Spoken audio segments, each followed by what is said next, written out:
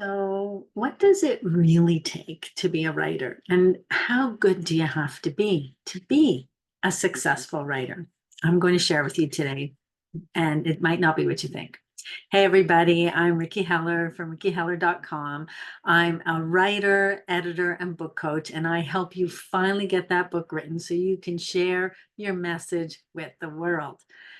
And I hear people say all the time, I'm not really a writer. I don't think I'm good enough to write a book. I'm not a great writer. And that prevents people from even getting started. But the thing is, you don't have to be. That's not, believe it or not, the most important aspect of being a writer.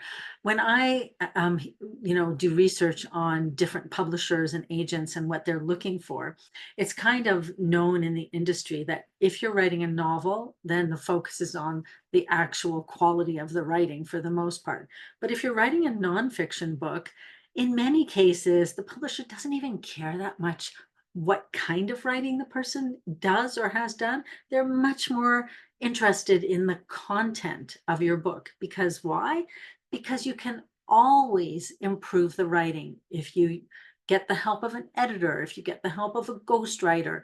But what we cannot do for you is come up with your ideas. So your ideas are unique to you. The information, the experiences you've had are unique to you. And that's what counts at the core. Now, when it comes to being a good enough writer, I want you to think about, for instance, other artists, people in the arts, and who are the most successful, let's say right now. So, for instance, think of someone like Taylor Swift or Billie Eilish, for instance, singers. Now, do they have the best voices you've ever heard? That's sheer talent, right? That would be the talent part of it. Personally, I don't think either one of those two, and probably most of the people we listen to have the most beautiful voices. It's more, what is the message they're saying? What are their lyrics? What are their songs about? And in this day and age, who are they, right? We're interested in who the person is. If you align with Taylor Swift's values, if you align with Billie Eilish's values, then you're going to be more inclined to listen to their music as well. And that's true of all kinds of music.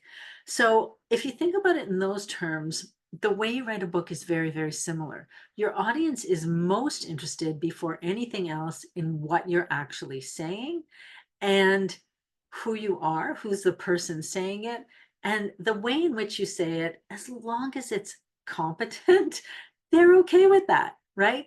And then once you become more experienced, and with the help of maybe a book coach or an editor, you're going to refine the way that you say it so that it sounds like you, so that you have a very unique way of expressing yourself, the way, say, Taylor Swift does, or the way, say, Billie Eilish does.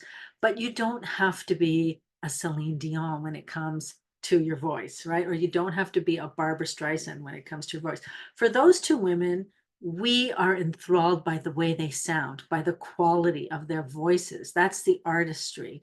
So, Celine Dion doesn't even really have a particular message because she's not even singing songs that she wrote herself. Same with Barbara Streisand for the most part. They're singing other people's songs written by someone else. But someone like Billie Eilish or Taylor Swift, what they are expressing are their own ideas, their own lyrics. So when it comes to a book, if you think about at the core, what is it you have to say? What is your message? That is the absolute number one thing that you need to know to be ready and able to write a book. Once you have that, and once you've determined how you're going to convey that message to your audience, then the quality of the writing is secondary to that. And that's what people like me are for. As a book coach, as an editor, someone who has a PhD and taught English for 25 years, I can help you refine your writing. I can help you sharpen it. I can help you find a way of expressing yourself that sounds like you and that feels good to you and that is going to resonate with your audience. But you don't have to start there. The thing you have to start with is, what do I want to say to my audience? So I hope that's helpful. I hope that gives you a little bit of reassurance in terms of getting started with your book.